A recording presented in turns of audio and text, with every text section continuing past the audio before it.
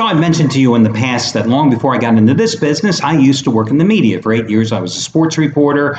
During that time, I also happened to be managing editor and news director of a sports wire service, coordinated the coverage of a couple of Olympic games, had my own nationwide sports talk show. Hell, I was doing play-by-play for high school sports and cable TV when I was still in high school at 16 years old. So, I've been around the block a few times. And then as a byproduct of being in this business, I was working as an analyst and as a sports handicapper, Comcast Sports TV in New York and Chicago and Philadelphia, FoxSports.com, MSNBC. At one time, I was doing 30-some interviews a week on your top sports talk stations across the country. Bottom line is this: I am a news and sports junkie. Thank God for the internet, because if I even wasn't in this business, I'd be on it every single day anyway. And as a handicapper, because of my experience in the media, it's always shaped the way I've looked at games, the way I've gambled, the way I've handicapped games. I believe that the beat writers are just an invaluable access point for information. They are my eyes and ears, because who knows more about the teams than the guys that are covering them 7 days a week? They're around the players, around the coaches, around the managers. They are there 7 days a week in the locker room, on the field, covering the guys. And that's why I scour all the websites. I read their daily reports. I watch their video reports just like you're watching my video reports. Does that guarantee success? Well, obviously, if you got my best bet yesterday on Clemson, it certainly does not guarantee it every single day. But more often than not over the years, I find that to be an invaluable source of information. But along the way, I also find some very interesting stories. And I wanted to pass along to you today before I get to your free picks. And FYI, I'm 12-6-1 with my NFL freebies so far this season, and also telling you who's hot and who's not. So I was looking at the Packers-Cowboys game today because I was thinking of pulling the trigger on the Packers, but I just couldn't get over the hump of that number at 4.5 today. And I saw that in the Milwaukee Journal-Sentinel, that Bob McGinn had a story, and his contention was that Aaron Rodgers was no longer in that upper tier among the highest echelon of premier quarterbacks in the NFL. And what he did was he, through statistical analysis, broke down Aaron Rodgers' career in 16-game segments. And the most recent 16-game segment goes back to that beatdown that the Packers suffered last year in Denver, 29-10. They lost to the Broncos, a game in which Rodgers threw for a career-low 77 yards. And if you go back in this most recent 16-game segment, his passer rating is 83.6. That is by far the lowest career passer rating percentage in any of those 16-game segments. The previous low was like 98.5. His completion percentage, 56.8 in that stretch. The previous low was 63.3. Now, granted, Jordy Nelson did not play last year. That certainly hurt. And if you think about it, at the end of last year, his receiver corps was just decimated by injuries. So even though he didn't mention that in his story, I think there were some extenuating factors as well. You look at his yards per attempt, 6.04 in his last 16 games. Previous low was 7.99. You look at his passing yardage and his statistics in the last 16 games, 3,677 yards, 29 touchdowns, 10 interceptions. Good numbers if you happen to be named Blaine Gabbert, not so good numbers if you happen to be Aaron Rodgers. So I thought it's kind of interesting. And again, numbers can be twisted and turned, and you can make it for an interesting story. But I thought one of the more interesting conclusions that this guy made, and listen, this is a guy who sees Aaron Rodgers a hell of a lot more than I do, and probably more than you do as well. But he just didn't think that he was among the premier quarterbacks in the league. And this is the best part. And I'm going to quote this for you, okay? This is a quote. My bottom line after seeing the last 12 months is to rank Aaron Rodgers fifth among NFL quarterbacks behind Brady, Russell Wilson, Ben Roethlisberger, and Cam Newton. That is, if everyone was healthy, supporting casts were equal, and there was one game to win. Okay, Tom Brady, no ifs, ands, or buts. Number one. Russell Wilson, number two? Seriously? Russell Wilson doesn't even belong in the top five. Ben Roethlisberger, he's number two. Cam Newton, top five? I don't buy that at all.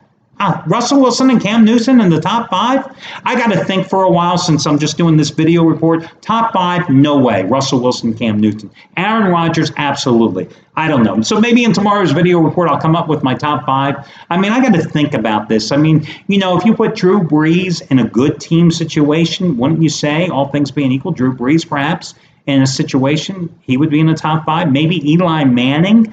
Guy's done okay in Super Bowls, I think. Perhaps he might be worthy of top 5 consideration.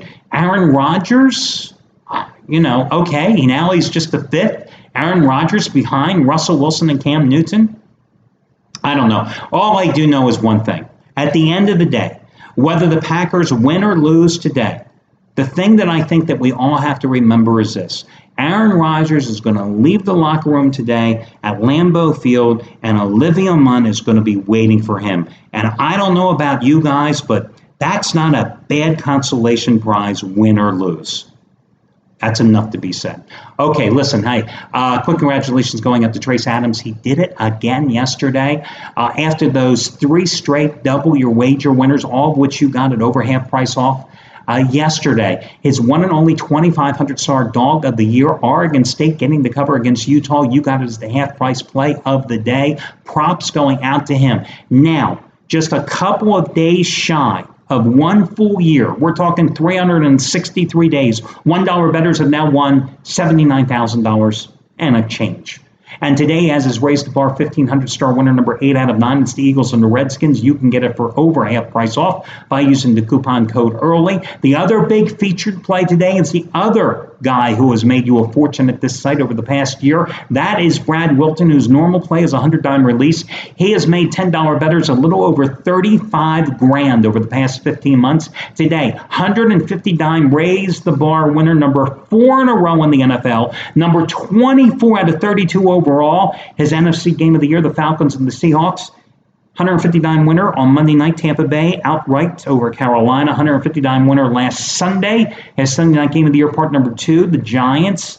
Getting the cover against Green Bay because he told you to buy the hook. His number 1 was Minnesota outright over Green Bay in week number 2.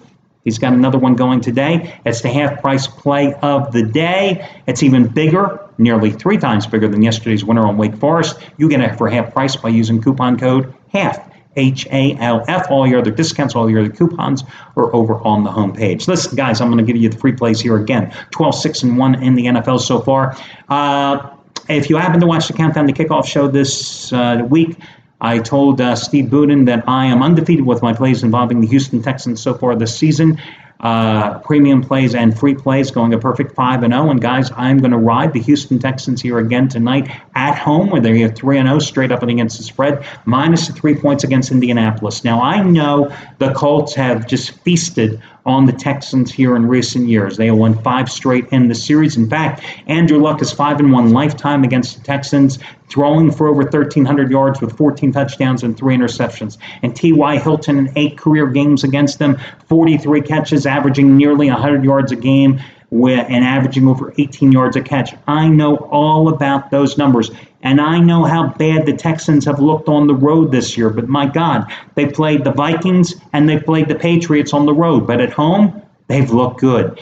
But the bottom line is this. You have to look in the trenches. That's where this game is going to be decided. And you got Luck, Andrew Luck, who has been sacked 20 times, most sacks absorbed by any quarterback in the league, playing behind an offensive line. Have we not been saying for the past 3 years that the Colts offensive line is among the worst in the business? Well, it's again among the worst in the business this year. 20 sacks allowed, number 1 in the league. Andrew Luck has been hit 40 times. That is the second most hits absorbed by any starting quarterback, any quarterback in the league so far this season. And you know the Houston Texans are going to be coming at him tonight. Now, even though J.J. Watt is out, you know the Texans are going to be able to put the pressure on him. Do I think that Brock Osweiler is going to go 19 for 42 for 184 yards and be sacked 4 times and hit 13 times in all like he was last week? No, because he's not playing the Minnesota Vikings defense. The Colts have no defense. My God, in 2 road games this year, they've been absolutely awful. They gave up 30 points to the Jacksonville Jaguars when they played in Wembley Stadium in London. They gave up 34 points to the Broncos. Houston, number 1 pass defense. They have 13 sacks. Now, Houston has some injuries, okay? Their starting right guard, Jeff Allen's going to be out. One of their starting safeties, Quentin Dempsey's going to be out. One of their starting tackles is questionable for the game, Derek Newton. But listen, this is a must-win game because you know where they play next.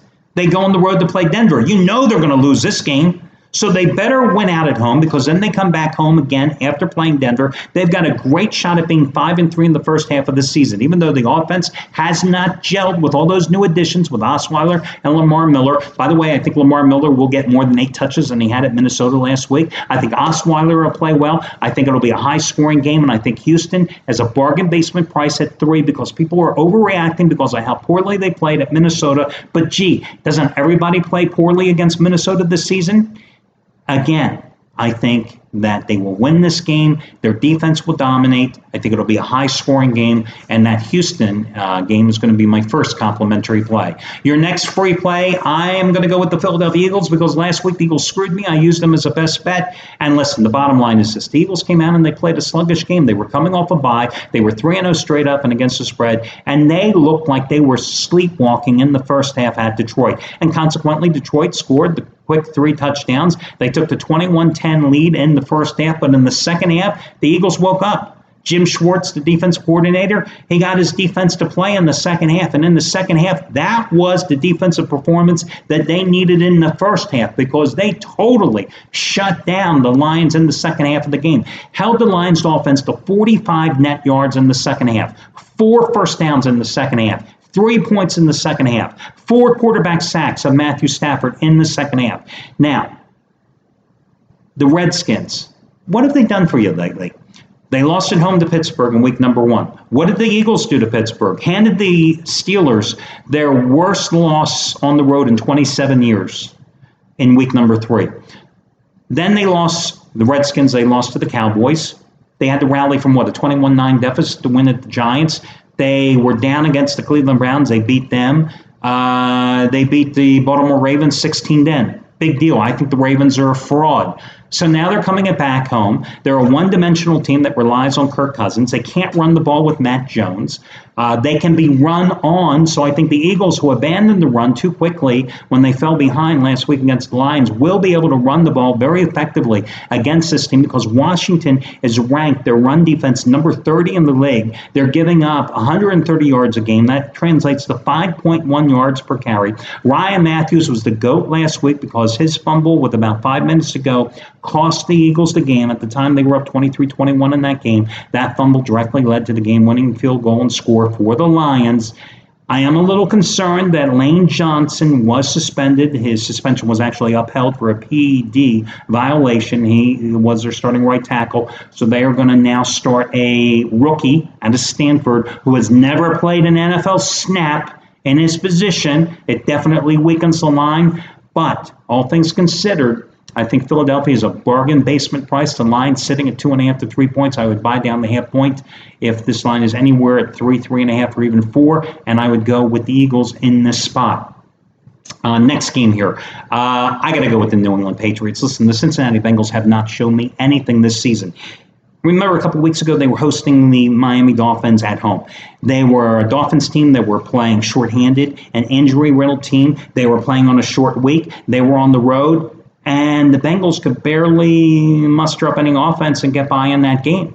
Well, then Cincinnati last week goes to Dallas. They find themselves down 21-0 early. 28-0 that game was midway through the fourth quarter before the Bengals put up a couple of garbage time touchdowns to make it a respectable 28-14 loss. I got fooled by Cincinnati last week. I originally liked Dallas in that game. I switched off here on the video report, and I told you I thought the Bengals were going to be the play. Fool me once, you know the deal. Shame on me. Fool me twice, that. Hey, bottom line is this. I just think the Bengals just aren't that good. You know, everybody is waiting around for the Bengals to play like they did last year when they started the season 8-0. Those Bengals aren't going to show up. They're just not that good. The offensive line has all types of problems. They haven't been able to get the ground game going because the offensive line hasn't been able to open up any holes. The offensive line has not been able to afford Andy Dalton any protection. I think he's been sacked 17 times. He got sacked 4 times by the Cowboys last week, and the Cowboys have no pass rush. Did Tom Brady look like he had been getting too much sunburn handing out with Giselle during his Deflategate-imposed suspension when he came back to play last week against the Browns? I think he can light up this Cincinnati defense because the Bengals don't have much of a pass rush. Gronk is back. He had 7 catches last week. Brady, 28 for 40, 406 yards, 3 touchdowns. Granted, they came against the Browns, one of the worst teams in the NFL, if not the worst. But I think that the Patriots will be able to run the ball successfully against the Bengals, just like the Cowboys did. And I think this is a good price, but I think it's also a price that's going to keep going up as we get closer to kickoff. You know, this line was this morning 7, 7.5, some places 8. Some of the more overpriced offshore books where you're always playing more for favorites. I saw some 8.5s out here already. Wouldn't surprise me to see this game go off at 9. I still think New England is the way to go. I'll tell you what, there's a teaser possibility.